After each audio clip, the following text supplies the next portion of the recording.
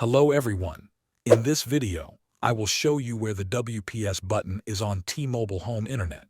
If you have been looking for a WPS button on your T-Mobile Home Internet gateway, you will not find one. T-Mobile gateways do not include a physical WPS button. Instead of using WPS, you need to connect your devices manually using your Wi-Fi network name and password. To do this, open the Wi-Fi settings on your phone, computer, smart TV, or any other device. Find your T-Mobile Wi-Fi network, also called the SSID, and select it.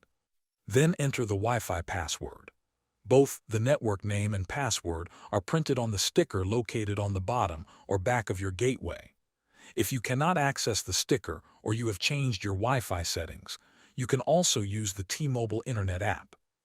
The app lets you view and manage your Wi-Fi network name and password, making it easy to connect new devices.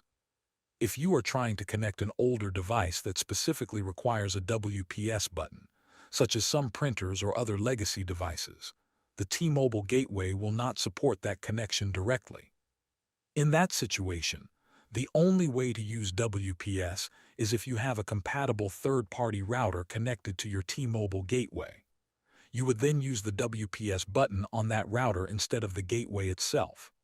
Thanks for watching.